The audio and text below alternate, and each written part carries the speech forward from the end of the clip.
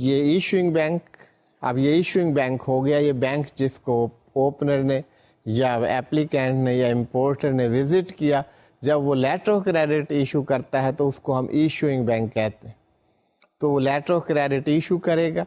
اس کے بعد next stage ہے کہ اس لیٹر آف کریڈٹ کو ایڈوائزنگ بینک کو ٹرانسمٹ کرے گا، اس کو بھیج دے گا. اب ایڈوائزنگ بینک کا کام ہے کہ ایڈوائزنگ بینک اس لیٹر آف کریڈٹ کو ایڈوائز کرے ٹو دی ایکسپورٹر بینیفیشری، جسے ہم کہتے ہیں ایل سی. تو that will be advised by the advising bank to the beneficiary exporter. اب ایکسپورٹر کا کام شروع ہو جائے گا. اب ایکسپورٹر جب when he has received this letter of credit he would ship the goods, وہ گڈس کو بھیجے گا ٹو دی امپورٹر. اور یہ گڈس شپ کرنے کے بعد ہم نے اپنے فلو چارٹ میں یہ دیکھا کہ یہ پیمنٹ ایشوئنگ بینک نے کرنی ہے. اسے کہا گیا ہے بینیفیشری کو کہ آپ، وہ کہاں گیا ہے ایل سی میں یہ مینشن ہوا ہے that has been stated in the letter of credit کہ after shipment the documents will be sent to the issuing bank and the issuing bank will make the payment on receipt of the document. لیکن صرف یہ بات نہیں ہو سکتی، اس میں negotiation بھی ہو سکتے ہیں، اس میں ڈرافٹ یا بل آف ایکسچینج بھی ہو سکتا ہے کہ that will be accepted and paid at maturity. یہ ہم موڈز آف پیمنٹ دیکھ چکے ہیں ان ڈیٹیل، ہم نے ان کو ڈسکس بھی کیا، you know all that.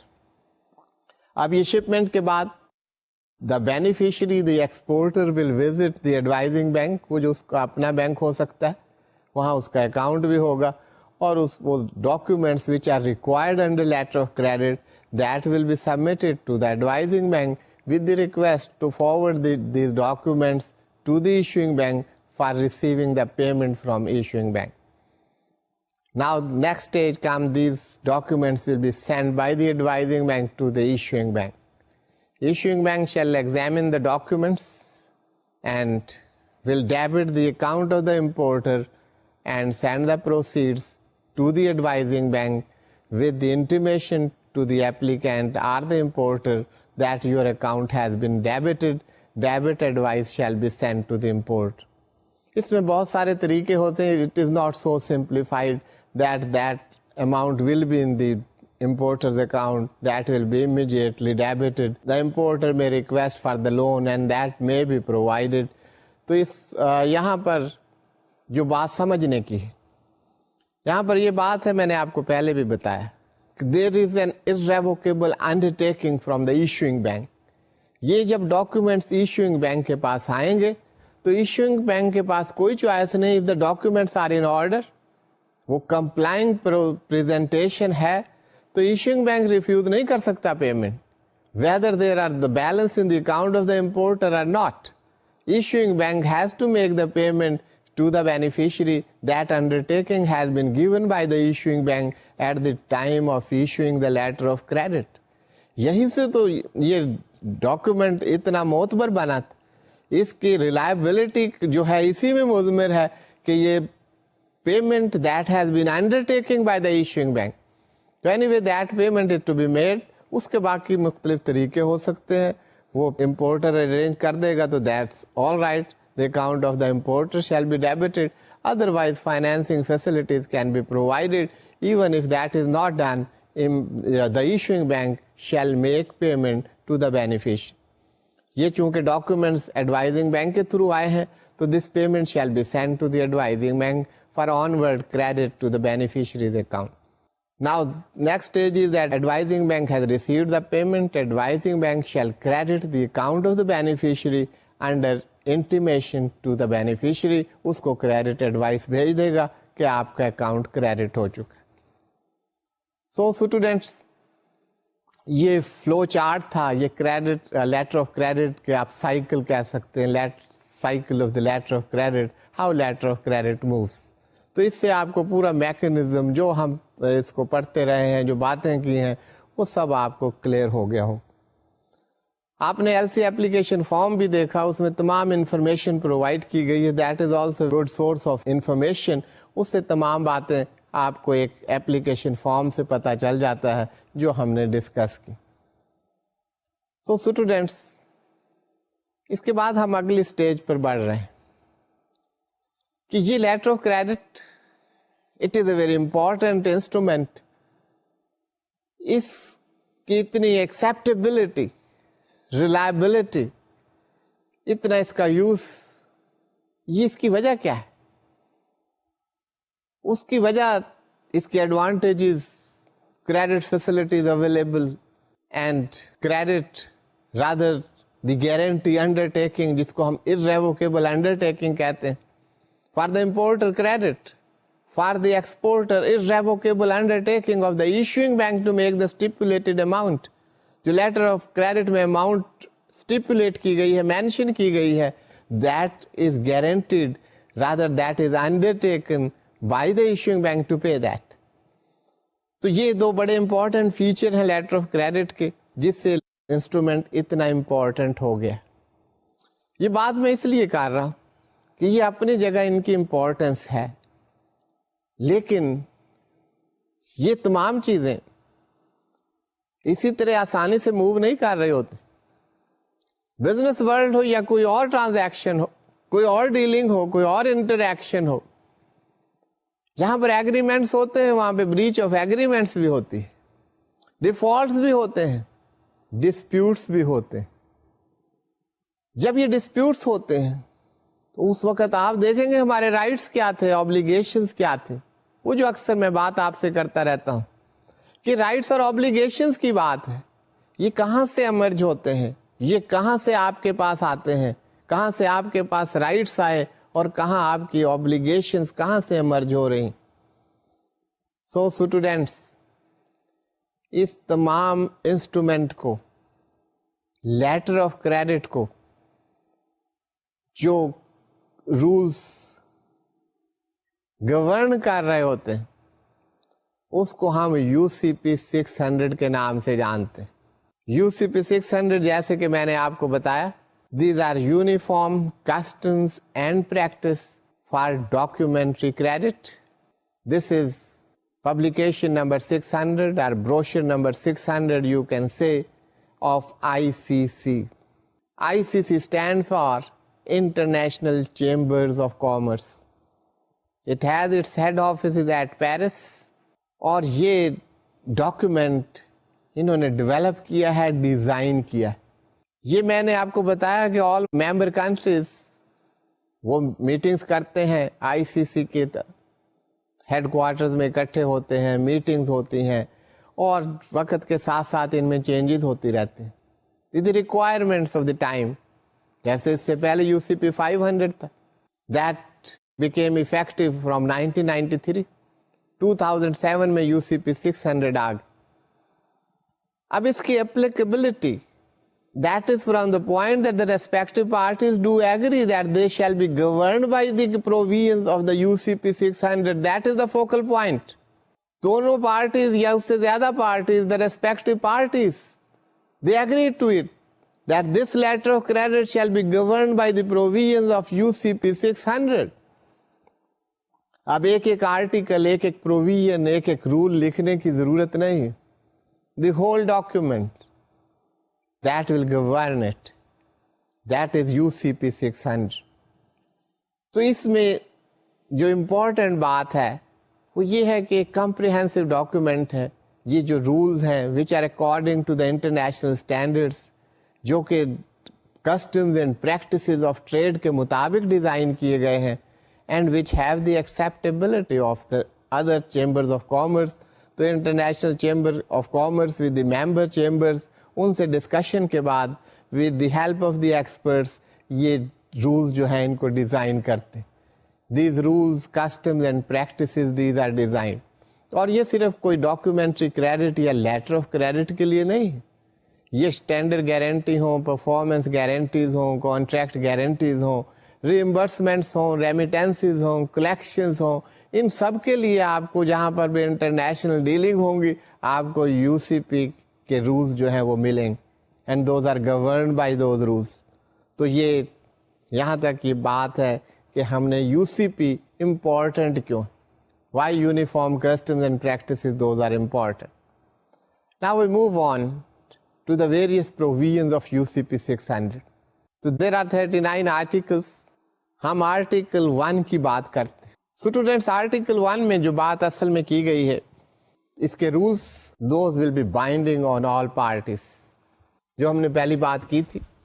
The uniform customs and practice for documentary credits 2007 revision ICC publication number 600 are rules that apply to any documentary credit, means letter of credit, including to the extent to which they may be applicable.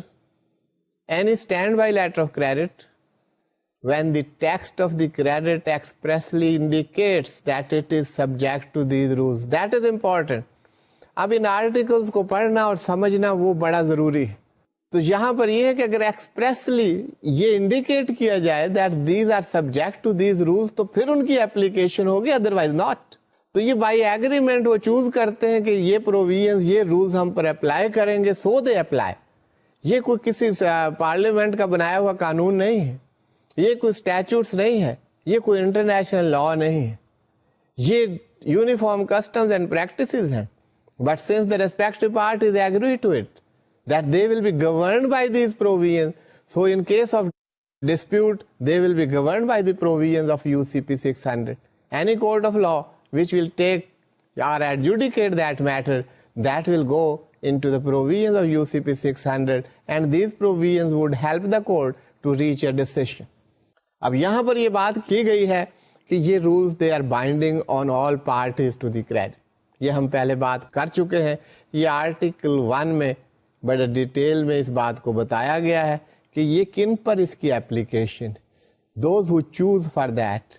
جہاں پر expressly credit میں یہ بیان کر دیا گیا ہے, indicate کر دیا گیا ہے, that has been stated and express that this letter of credit shall be governed by UCP 600.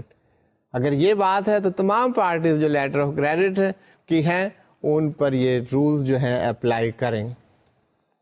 Article 2 میں ڈفرینٹ ڈیفینیشنز دی گئی, ڈفرینٹ ورڈز استعمال ہوئے, وہ بتا دیا کہ these words when they will be used, ان کے معنی کیا ہوں گے, ان کا اسکوپ کیا ہوگا. Advising bank you already know, advising bank کو ڈیفائن کر دیا گیا ہے, سلائڈ پر دیکھیے گا. Advising bank means the bank that advises the credit at the request of the issuing bank. اپنے طور پر نہیں, ایشوئنگ بینک ریکویسٹ کرتا ہے, آپ ایڈوائز کر دیں تو وہ ایڈوائز کرتا ہے. That you already know, we had talked about that. Applicant, that has been defined and you also know that. تو آپ دیکھ لیجیے آرٹیکل 2 میں کیا کہا گیا ہے, وہی بات ہے جو ہم کرتے رہے ہیں. Applicant means the party on whose request the credit is issued. اب ہم آسانی کے لیے امپورٹر کی بات کرتے رہے ہیں, کوئی بھی پارٹی جس کی ریکویسٹ پہ یہ لیٹر آف کریڈٹ ایشو کیا گیا ہے اس کو ایپلیکینٹ کہا جائے گا. Banking day, what is meant by the banking day, اور یہ بینکنگ ڈے کہاں پر استعمال ہوگا. Banking day means a day on which a bank is regularly open at the place at which an act subject to these rules is to be performed. Payment کے لیے, presentation کے لیے. Banking day کا مطلب ہے کہ آپ نے documents are to be presented, یہ LC میں کہا گیا. تو those will be presented in the banking day. And what is meant by the banking day, یہاں پر یہ بات کی گئی where the bank is regularly opened at the place, جہاں پر اس کو وہ ایکٹ پرفارم کرنا ہے اور وہاں ریگولرلی وہ بینک اوپن ہے, تو that is a banking day. وہ بینکنگ آرس کے اندر آپ پریزنٹیشن کر سکتے ہیں. If that bank is not open تو پھر آپ پریزنٹیشن نہیں کر سکتے. اسے آپ ایسے سمجھ لیجئے کہ پریزنٹیشن یا کوئی اور کام جو which has been mentioned in the letter of credit وہ آپ بینکنگ آرز میں کریں. Beneficiary has been defined and that you already know, اس پر ہم کئی دفعہ بات کر چکے ہیں. Beneficiary means the party in whose favour a credit is issued. اس میں زیادہ بات کرنے کی ضرورت نہیں ہے, we have talked about that. Complying presentation پر بھی کئی دفعہ بات ہوئی. The definition is given over here. Complying presentation means a presentation that is in accordance with the terms and conditions of the credit, the applicable provisions of these rules, and international standard banking practice. Complying presentation, جب documents آپ نے shipment کر دیے ہیں تو exporter کا, beneficiary کا کام یہ ہے کہ وہ ڈاکیومنٹس کو پریزنٹ کرے فار پیمنٹ. یہ کمپلائنگ پریزنٹیشن کب ہوگی؟ اس میں کہا 3 چیزیں یہاں پہ بتائی گئی ہیں. that should be in accordance with the terms and conditions of the credit. وہ documents, those should be in accordance with the terms and conditions as mentioned in the letter of credit. Applicable provisions of these rules. یہ جو UCP 600 کے جو بھی applicable provisions ہیں, تمام provisions آپ پر apply نہیں کر رہی ہوں گی, ان کے مطابق ہونی چاہیے. اور تیسری بات, انٹرنیشنل اسٹینڈرڈ بینکنگ پریکٹس, جو ایک انٹرنیشنل بینکنگ پریکٹس ہے, اسٹینڈرڈ بینکنگ پریکٹس, اس کے مطابق اگر ہونے چاہیے. یہ 3 چیزیں ہیں تو وہ پریزنٹیشن کمپلائنگ پریزنٹیشن ہے. اور اس کا ریزلٹ کیا ہوگا؟ when the exporter, the beneficiary makes complying presentation, it is the duty of the negotiating bank or the issuing bank or the paying bank to make the payment or negotiate the documents. اس کے بعد confirmation. ہم نے confirming bank کی بات کی تھی, وہاں پہ ہم نے یہ کنفرمیشن کی بات کی ہے. تو آپ دیکھیے کہ کنفرمیشن کو کیسے ڈیفائن کیا گیا ہے. Confirmation means a definite undertaking of the confirming bank in addition to that of the issuing bank to honor or negotiate a complying presentation. You know all that کہ confirming bank کون تھا اور confirming bank کے کیا obligations ہیں, اور وہ ساری باتیں ہم کر چکے ہیں, میں اس کی ڈیٹیل میں نہیں جا رہا. تو یہ کنفرمیشن یہ ہے, when a confirming bank adds its confirmation to a letter of credit, تو اس کو کنفرمیشن کہا جائے گا. وہ کنفرم کیا کر رہا ہے؟ ایڈنگ اٹس کنفرمیشن سے مراد کیا ہے کہ وہ آنر کرے گا یا نیگوشیٹ کرے گا اگر کمپلائنگ پریزنٹیشن کی گئی. واٹ آر دوز سرکمسٹانسز, وہ آگے چل کر اس پر بات ہوگی. کنفرمنگ بینک, وہ جو بینک ایڈ کر رہا ہے اپنی confirmation, that is a confirming bank. Credit means letter of credit. This has already been defined, اور بار بار اس پہ بات کی ہے. کریڈٹ کی ڈیفینیشن ہم پہلے بھی دیکھ چکے ہیں. ابھی ہو رہا تھا کنفرمیشن میں ٹو آنر. اب یہ ٹو آنر کا کیا مطلب ہے؟ اب آپ کہیں کہ آنر کا مطلب ہے تو اس کو عزت بخشیں. نہیں, what is meant by to honour? یہاں پر انہوں نے بتایا کہ یہ آنر کا یہاں پر کیا مطلب ہے. Honour means a to pay at sight if the credit is available by sight payment. اگر کمپلائنگ پریزنٹیشن کی گئی ہے, یہ کیونکہ پہلے بات کی گئی ہے تو یہاں صرف آنر کی بات کر رہے ہیں. یہاں پہ آنر کا مطلب ہے to pay at sight if the credit is available at site.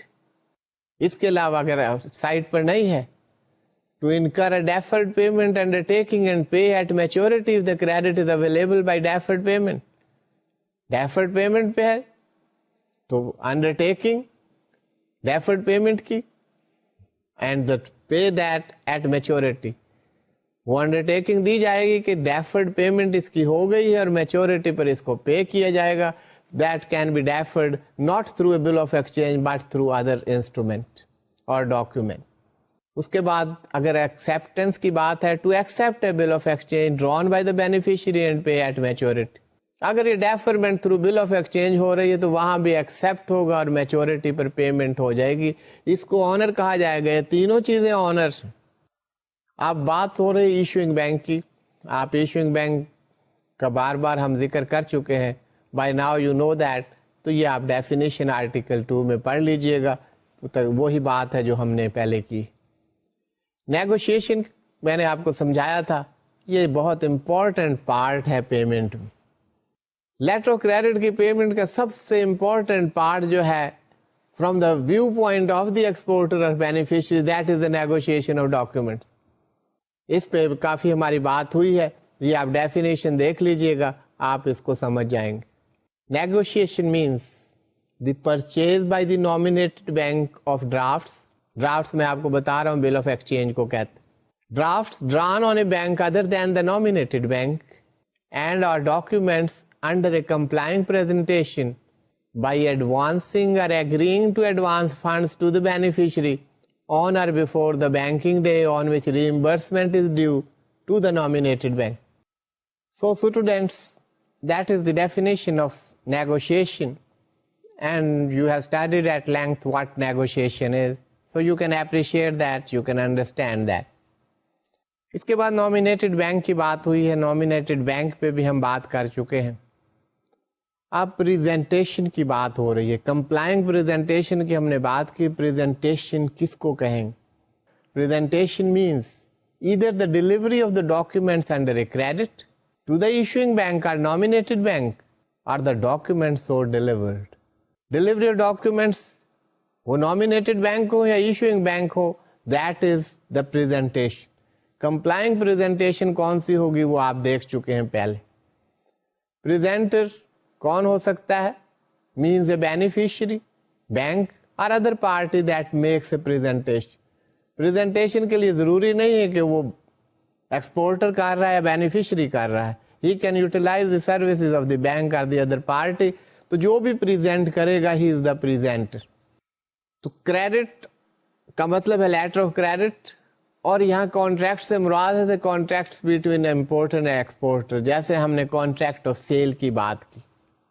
اب یہاں پر جو تھیم ہے, جو مین پوائنٹ ہے, وہ میں آپ کو بتا دوں.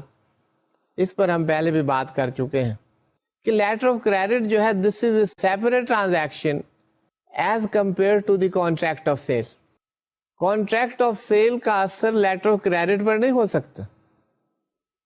جب میں یہ بات کر رہا ہوں تو آپ اس بات کو مت بھولیے گا کہ لیٹر آف کریڈٹ جو ایشو ہو رہا ہے that is in line with the contract of sale. آپ کو کامن سینس رولز میں نے یہ بات کی تھی کہ یہ نہیں کہ آپ کا کانٹریکٹ آف سیل کچھ ہو رہا ہے اور letter of credit although it is a separate transaction in the eyes of law, UCP کی نظر میں بھی ایک سیپریٹ ٹرانزیکشن ہے, لیکن یہ بزنس چل نہیں سکتا کہ اگر آپ ایسے لیٹر آف کریڈٹ ایشو کرنا شروع کر دیں جن کا کانٹریکٹ آف سیل سے کوئی تعلق نہ ہو, یا that is contradictory or conflicting to the contract of sale. تو کوشش پوری یہ کرنی چاہیے, یہ پریکٹیکل بات کر رہا ہوں, کہ آپ کا letter of credit contract of sale کے مطابق ہو.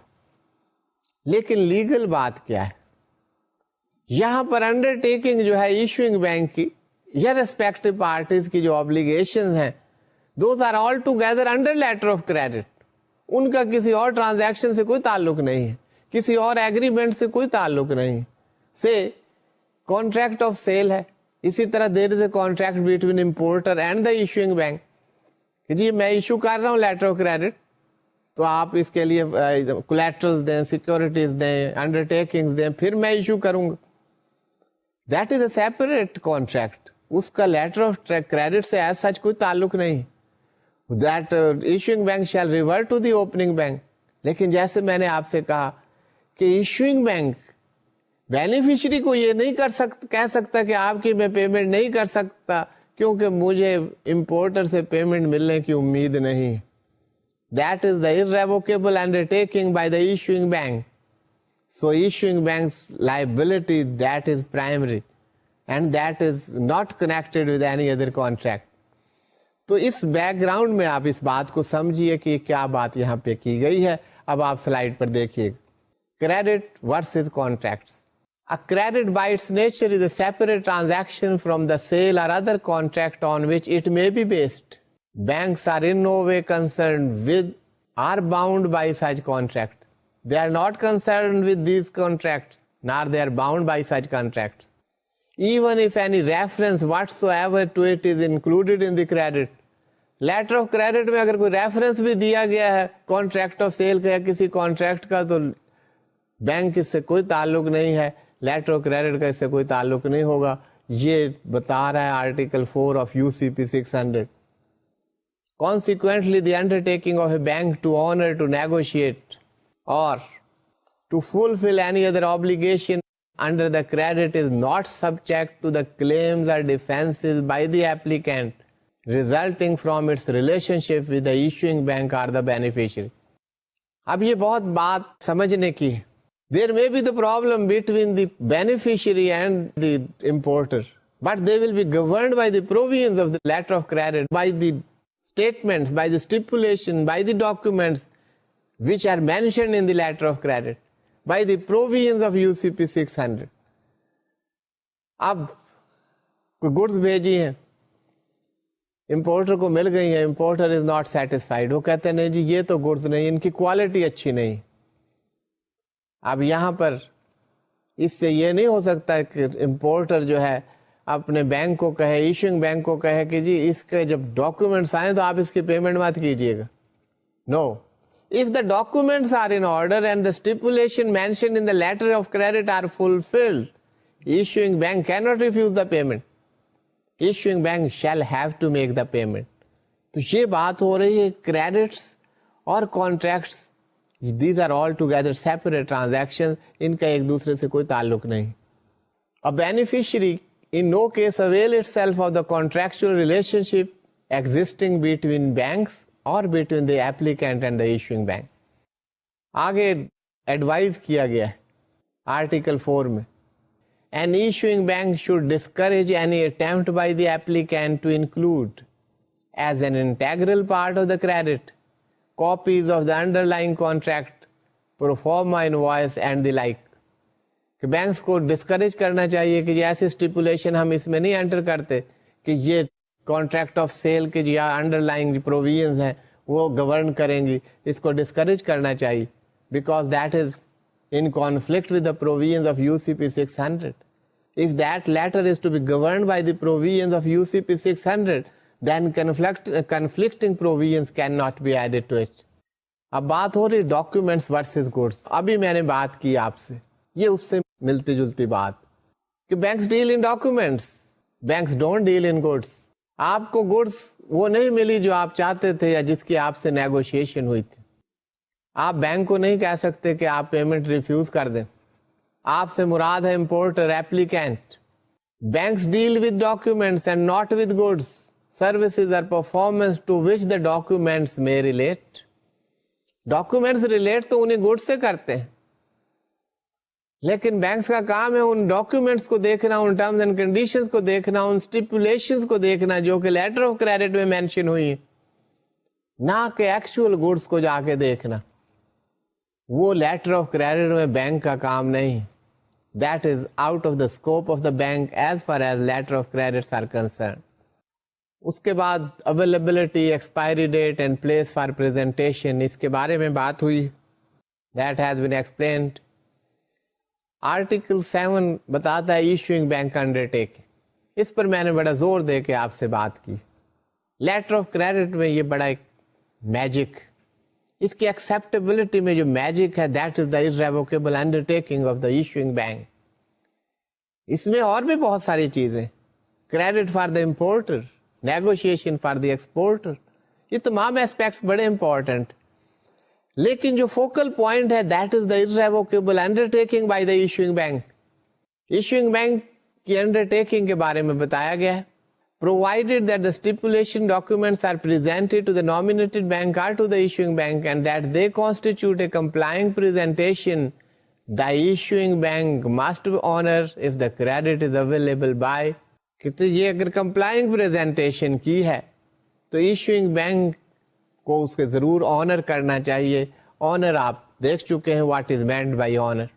must honor if the credit is available by side payment, deferred payment or acceptance with the issuing bank. کوئی بھی موڈ ہو اس کو آنر کرنا چاہیے.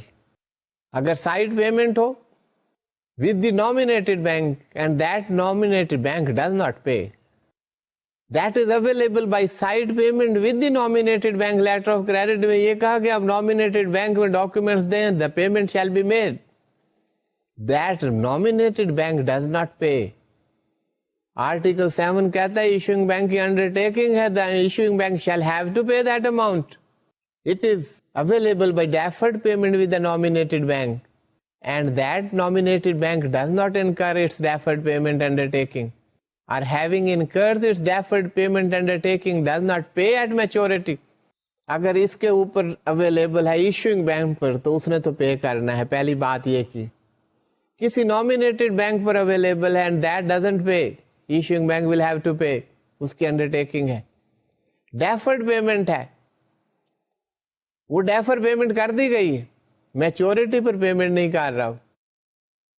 دی responsibility of issuing bank will be there, issuing bank shall have to pay that amount. So students, یہ issuing bank acceptance through bill of exchange ہے, وہاں پر بھی یہی بات. نیگوشیشن کی اگر بات ہو, negotiation with the nominated bank, that is available like that and that nominated bank does not negotiate, that is available by negotiation. But Negotiating bank doesn't negotiate. The undertaking of issuing bank shall be there and will have to pay.